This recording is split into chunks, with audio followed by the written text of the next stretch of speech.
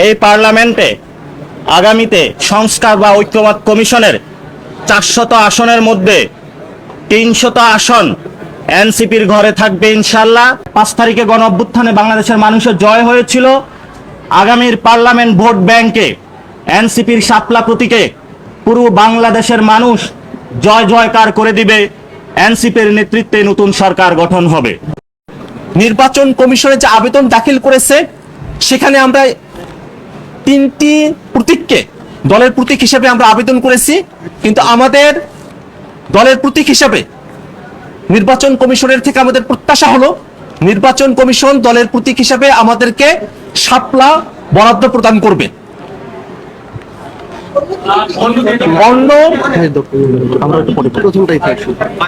দলের প্রতীক হিসেবে আমরা শাপলা চেয়েছি।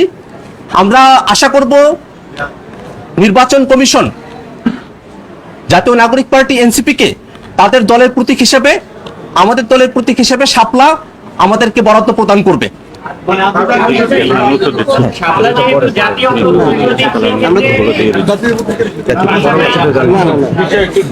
সাংবাদিক বন্ধুরা, আজকে আমাদের একটি গণতান্ত্রিক পুনরুদ্ধারের দিন। আপনারা জানেন ছাত্রদের নেতৃত্বে একটি বাংলাদেশে গণ অভ্যুত্থান সংগঠিত হয়েছিল। আমাদের সামনে একটি চ্যালেঞ্জ দেওয়া হয়েছিল ব্যালট রেগুলেশনের।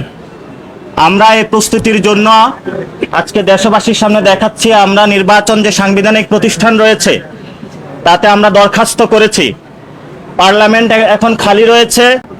এই পার্লামেন্টে আগামীতে সংস্কার বা ঐক্যমত কমিশনের 400 আসনের মধ্যে 300 আসন এনসিপির ঘরে থাকবে ইনশাল্লাহ।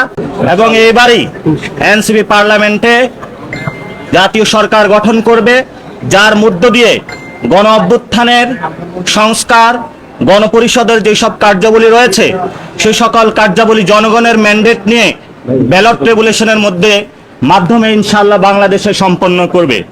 আমরা আমাদের দলীয় প্রতীকের ক্ষেত্রে শাপলাকে প্রাথমিক দিয়েছি এবং সেখানে কতগুলো কোশ্চেন এসেছে যে আমাদের প্রতীক কি, আমরা নিবন্ধন আজকে কেন দিলাম। আপনারা জানেন আমরা স্বল্প সময়ে দল গঠন করতে পেরেছি এবং সারা বাংলাদেশে কথা বলেছি, কিন্তু আপনাদের মাধ্যমে দেশবাসীকে জানাতে চাচ্ছি আমরা অনেক জায়গায় আমরা অফিস নিতে গিয়েছি, সেখানে আমাদের অফিস নিতে বাধা দেওয়া হয়েছে। অনেক জায়গায় আমরা কমিটি গঠন করতে গিয়েছি, সেখানে ছল ছাত্রীর আশ্রয় নেওয়া হয়েছে। বিভিন্ন দল তাদের দলীয় এজেন্ট বিভিন্নভাবে আমাদের মধ্যে ঢুকিয়ে তারপরে তাদেরকে আবার এই পদত্যাগ করিয়েছে। এ হলো বাংলাদেশের রাজনৈতিক কালচার। আমরা সকল প্রতিকূলতা, সকল চ্যালেঞ্জকে মানিয়ে আজকে আপনাদের সামনে এখানে উপনীত হয়েছি।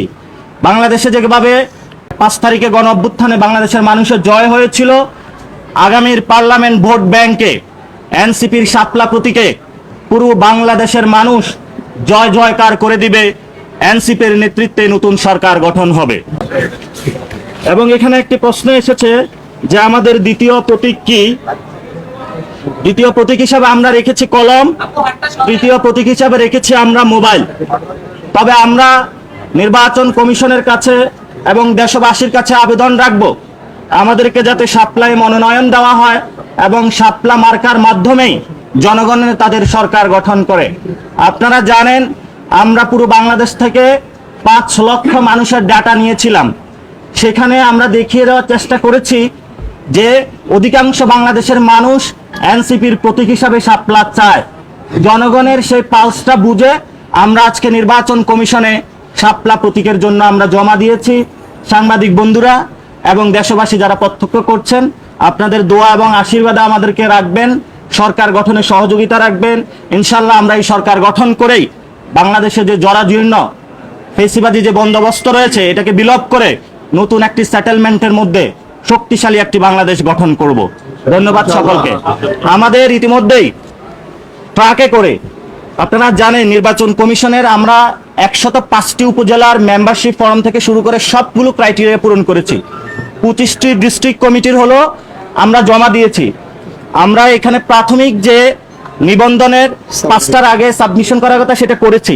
ট্রাকে করে আমরা সবগুলো আমাদের পেপার দস্তাবেজ যেগুলো রয়েছে নিয়ে আসতেছি আসলে আবার আপনাদের সামনে গিয়ে সবগুলা দেখিয়ে আবারই ফাইনাল একটা ব্রিফিং করব। সেজন্য আপনারা একটু থাকবেন, সে প্রত্যাশা আপনাদের কাছে এবং বিনীত অনুরোধ আপনাদের কাছে। ধন্যবাদ।